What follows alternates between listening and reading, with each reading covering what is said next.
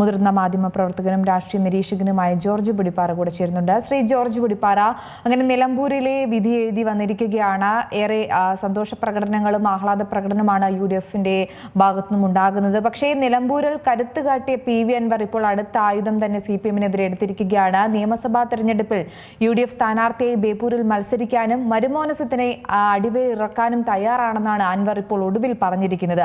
ഒരു LDF-ൽ ഒരു കാലത്ത് കോൺഗ്രസുകാരനും പിന്നീട് LDF പോരാളിയുമായിരുന്ന അൻവർ ഒടുവിൽ ഇരുകൂട്ടരെയും കണ്ണിലെ ഒരു പ്രധാന കരടായി മാറുന്നതൊക്കെ കണ്ടിരുന്നു നമ്മൾ നിലമ്പൂരിൽ. അതിനുശേഷം നിലമ്പൂരിൽ അദ്ദേഹം തന്നെ വരുത്തിവെച്ച ഒരു ഉപതെരഞ്ഞെടുപ്പിൽ തോൽവി സംഭവിച്ചിരിക്കുകയാണ്. പക്ഷേ അൻവറിന്റെ ഒരു രാഷ്ട്രീയ ഭാവി ഇല്ലാതാകുമോ എന്നൊരു ഭയം കൊണ്ടാണോ ഇപ്പോൾ PV അൻവർ ഈ ഒരു രീതിയിലേക്ക് തീരുമാനം എടുത്തിരിക്കുന്നത്? അല്ലെങ്കിൽ UDF-മായി സഹകരിച്ച് മുന്നോട്ട് പോകാനുള്ള ഒരു ധാരണയുടെ പുറത്ത് തന്നെയായിരിക്കും ബേപ്പൂരിലെ മത്സരം കാഴ്ചവെക്കുന്നത്? എനിക്ക് തൊട്ട് മുമ്പ് സംസാരിച്ച എന്റെ പ്രിയപ്പെട്ട സുഹൃത്ത് ശ്രീ ചേക്കുട്ടി പറഞ്ഞ കാര്യങ്ങൾ വളരെ വളരെ എന്താ പറയാ ആധികാരികമായിട്ടാണ്, അല്ലെങ്കിൽ ഏറ്റവും പ്രസക്തമായിട്ടുള്ള കാര്യങ്ങളാണ് അദ്ദേഹം പറഞ്ഞത്. അൻവർ അഭിമാനകരമായിട്ടുള്ള വോട്ട് പിടിച്ചു. തീർച്ചയായിട്ടും ഇരു മുന്നണികളെയും വെല്ലുവിളിച്ചുകൊണ്ട് കേരളത്തിലെ ഒരു പ്രത്യേക സാഹചര്യത്തിൽ ഒരു സ്വതന്ത്ര സ്ഥാനാർത്ഥി 20,000-ഓളം വോട്ടുകൾ നേടുക എന്ന് പറയുന്നത് ഒട്ടും എളുപ്പമുള്ള കാര്യമല്ല. BJP അവരുടെ രാഷ്ട്രീയ അടിത്തറ ഉണ്ടായിട്ട് പോലും 8,000 വോട്ടിൽ ഒതുങ്ങുമ്പോഴാണ് അൻവർ എന്ന് പറയുന്ന സ്വതന്ത്ര സ്ഥാനാർത്ഥി ഇരു മുന്നണികൾക്കും വെല്ലുവിളി ഉയർത്തിക്കൊണ്ട് ഈ 20,000 വോട്ട് സ്വന്തം പെട്ടിയിലാക്കുന്നത്. അത് ചെറിയൊരു കാര്യമല്ല, വലിയൊരു കാര്യം തന്നെയാണ്. പക്ഷേ ഈ 20,000 വോട്ട് കൊണ്ട് അൻവറിന് എന്ത് നേടാൻ കഴിയും എന്നുള്ളത് വേറൊരു ചോദ്യമാണ്. അതായത് അൻവറിനെ സംബന്ധിച്ചിടത്തോളം ഈ 20,000 വോട്ട് കൊണ്ട് അദ്ദേഹം പറയുന്ന പോലെ പിണറായി സത്തിനെതിരെയുള്ള പോരാട്ടത്തിൽ ആ 20,000 വോട്ട് നിർണായകമായി LDF-ന്റെ പരാജയം ഉറപ്പാക്കാനായി. പക്ഷെ അദ്ദേഹം ഈ പിണറായി സത്തോട് പോരാടിയതിനൊപ്പം സതീശനത്തിനെതിരെയും അതിശക്തമായ വിമർശനവും ആക്രമണവും അഴിച്ചുവിട്ടു. പക്ഷെ 11,000-ത്തിലധികം വോട്ടെന്ന മാന്യമായ ഭൂരിപക്ഷത്തിൽ UDF ജയിക്കുന്ന കാഴ്ച നമ്മൾ കണ്ടു. അപ്പോൾ അൻവറിന്റെ പ്രഥമ ശത്രു ആരായിരുന്നു എന്ന ചോദ്യം പിണറായി ആണോ, പിണറായിയുടെ മരുമകൻ മുഹമ്മദ് റിയാസ് ആണോ, അതോ ആര്യാടൻ ഷൗക്കത്താണോ, അതോ അതിനപ്പുറത്ത് UDF ചെയർമാൻ സതീശനാണോ എന്നുള്ള പല ചോദ്യങ്ങൾ പല ഘട്ടങ്ങളിലായിട്ട് നമ്മുടെ മുമ്പിൽ വന്നതാണ്. ഏതായാലും ഇപ്പോ ഈ 19,000-ത്തിലധികം വോട്ട് പിടിച്ചതിന് ശേഷം അൻവർ പറയുന്നത് എനിക്ക് UDF-മായിട്ട് യോജിച്ചു പോകാൻ താല്പര്യമുണ്ട്, ബേപ്പൂരിൽ വേണമെങ്കിൽ മുഹമ്മദ് റിയാസിനെതിരെ മത്സരിക്കാം അടുത്ത തെരഞ്ഞെടുപ്പിൽ എന്നൊക്കെ അദ്ദേഹം പറയുന്നു. ഇത് തന്നെയാണ് അൻവറിന്റെ ഒരു കുഴപ്പവും. താൻ എവിടെ മത്സരിക്കാൻ പോകണമെന്നൊക്കെ ഇങ്ങനെ പ്രഖ്യാപിച്ചുകൊണ്ടിരിക്കുക, ആര് മത്സരിക്കണമെന്ന് പ്രഖ്യാപിക്കുക. ഈ നിലമ്പൂർ സീറ്റിൽ പോലും ആര്യാടൻ ഷൗക്കത്ത് നിന്നാൽ ജയിക്കില്ല, ആര്യാടൻ ഷൗക്കത്തിനെ നിർത്തരുത്, ആര്യാടൻ ഷൗക്കത്ത് ഇന്ന കുഴപ്പക്കാരനാണ്, ഇങ്ങനെയുള്ള ഈ വിടുവായത്തം കൊണ്ടാണ് അൻവർ UDF-ൽ ചേരാനുള്ള സാധ്യത ഇല്ലാതാക്കിയത്. ഇനിയും അദ്ദേഹം ഇപ്പോൾ ഉടനെ തന്നെ ഈ ഇന്നത്തെ ഇതിന് ശേഷം വീണ്ടും അഡ്വാൻസ് ആയിട്ട് വെടിപൊട്ടിക്കുകയാണ്, ഞാൻ ബേപ്പൂരിൽ മത്സരിക്കാം. ആദ്യം തന്നെ UDF-മായിട്ടുള്ള ആ ഭിന്നത പറഞ്ഞു തീർത്ത് കുറെ കൂടി ഒരു മുന്നണി സംവിധാനത്തിന് ചേർന്ന രീതിയിലുള്ള പ്രതികരണങ്ങളും ആലോചിച്ചുള്ള പ്രസ്താവനകളും ഒക്കെ നടത്തി അൻവർ ആ മുന്നണിക്ക് ഒരു ഭാരമാകില്ല എന്ന് സ്വയം ബോധ്യപ്പെടുത്തേണ്ടതുണ്ട്.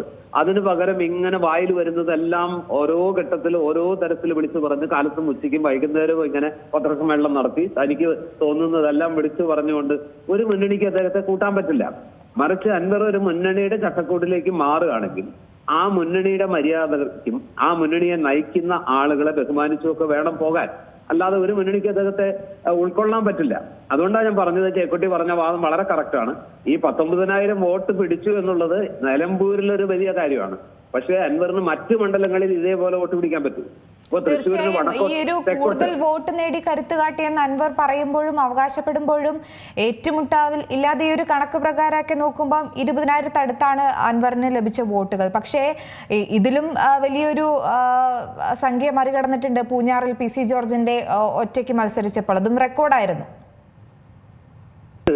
ഈ 19,000 20,000 വോട്ട് എന്ന് പറയുന്ന ഒരിടത്തും ഒരു വിന്നിംഗ് മാർജിൻ അല്ല. ഒരിടത്തും തൃണമൂൽ കോൺഗ്രസിന്റെ സ്ഥാനാർത്ഥിയായിട്ട് നിന്നുകൊണ്ട് ഒരു മുന്നണിയുടെ ഭാഗമല്ലാതെ നിന്ന് അൻവറിന് ജയിക്കാൻ പറ്റില്ല. അപ്പൊ സ്വാഭാവികമായിട്ടും അൻവറിന് ഒരു മുന്നണിയുടെ ഭാഗമായിക്കൊണ്ട് മാത്രമേ രാഷ്ട്രീയമായിട്ട് നിലനിൽക്കാൻ പറ്റുള്ളൂ. മാത്രമല്ല ഈ നിലമ്പൂരിലെ ഒരു സവിശേഷമായ സാഹചര്യത്തിൽ 9 വർഷം അവിടെ MLA ആയിരുന്ന അൻവർ, അവിടെ ബിസിനസ് കാര്യങ്ങളും മറ്റൊരുമായിട്ട് വോട്ടർമായിട്ട് നല്ല ബന്ധം ഉണ്ടായിരുന്ന അൻവർ ഒരു പരിധി വരെ ആ മലയോര മേഖലയുടെ പ്രശ്നങ്ങൾ ഉയർത്തിപ്പിടിച്ചുകൊണ്ട് ആ മേഖലയിലെ മനുഷ്യരുടെ ഒരു ധാർമ്മിക പിന്തുണ അല്ലെങ്കിൽ അവരുടെ ഒരു സംരക്ഷകനാണ് താനെന്ന് ബോധ്യപ്പെടുത്തിയതിലൂടെ ലഭിച്ചൊരു പിന്തുണ അതൊരു പ്രത്യേക സാഹചര്യമാണ്.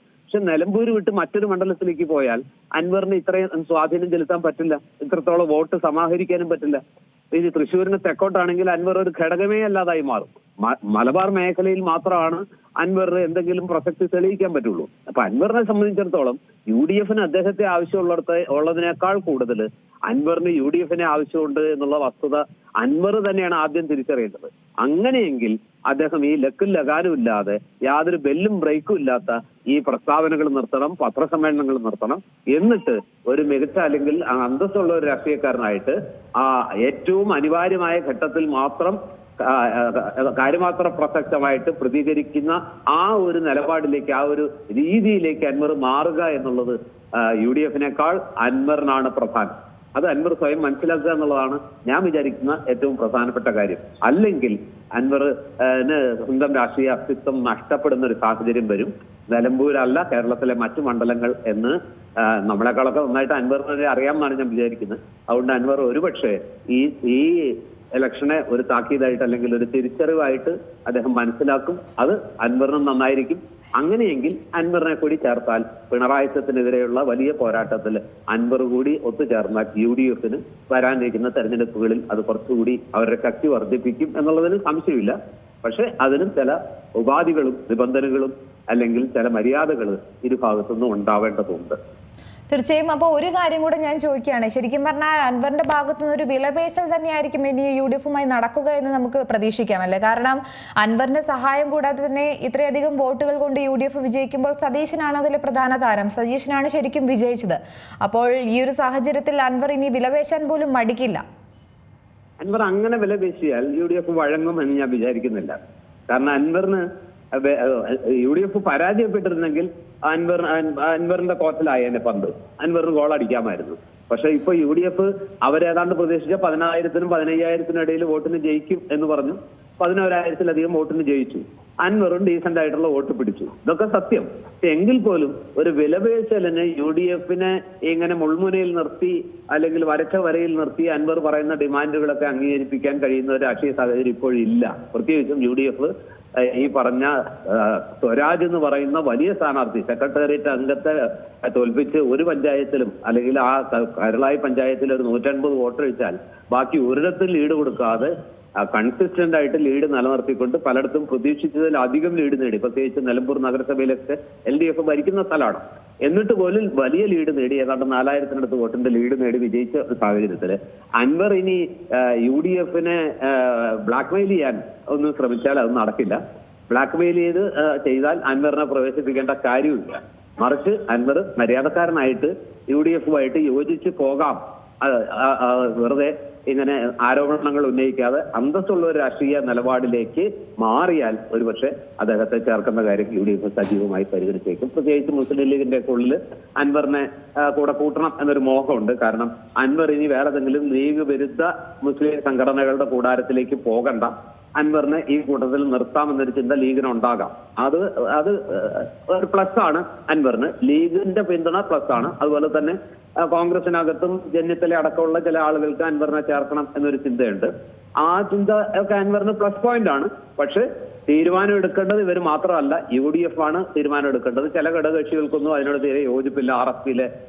RSPക്ക് യോജിപ്പില്ല. അങ്ങനെ പല ഘടകകക്ഷികൾക്ക് CMPയിലെ CP ജോണിന് താല്പര്യമില്ല. അങ്ങനെ ഘടകകക്ഷികളിൽ തന്നെ ഭിന്നാഭിപ്രായങ്ങളുണ്ട്. അപ്പൊ അതെല്ലാം പരിഗണിക്കുമ്പോൾ അൻവർ സ്വയം താൻ ഒരു അധികപ്പറ്റാവില്ല, അധിക പ്രസംഗി ആവില്ല, ഒരു അനാവശ്യ അല്ലെങ്കിൽ ഒരു ഭാരമാകില്ല UDFന് എന്ന് അൻവർ സ്വയം ബോധ്യപ്പെടുത്തേണ്ട ഒരു സാഹചര്യമാണ് ഏറ്റവും പ്രധാനം എന്ന് ഞാൻ വിചാരിക്കുന്നു.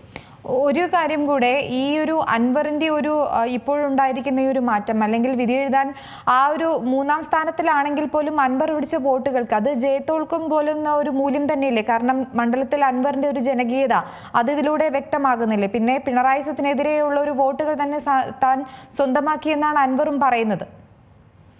ഇതിനകത്ത് നമ്മൾ മനസ്സിലാക്കേണ്ട ഒരു വസ്തുത, ഒരു കാലത്തും LDFന് ഈ നിലമ്പൂർ മണ്ഡലത്തില് തനിച്ച് ജയിക്കാൻ പോകുന്ന ഒരു വോട്ട് ബാങ്ക് ഇല്ല. അവരുടെ പാർട്ടി വോട്ടുകൾ കൊണ്ട് അല്ലെങ്കിൽ അവരുടെ ആ ഒരു ഫിക്സഡ് ആയിട്ടുള്ള ഒരു വോട്ട് എന്ന് പറയുന്നത്, പാർട്ടിയുടെ വോട്ട് എന്ന് പറയുന്നത് ഏതാണ്ട് ഈ പറഞ്ഞ 30-35% താഴെയാണ്.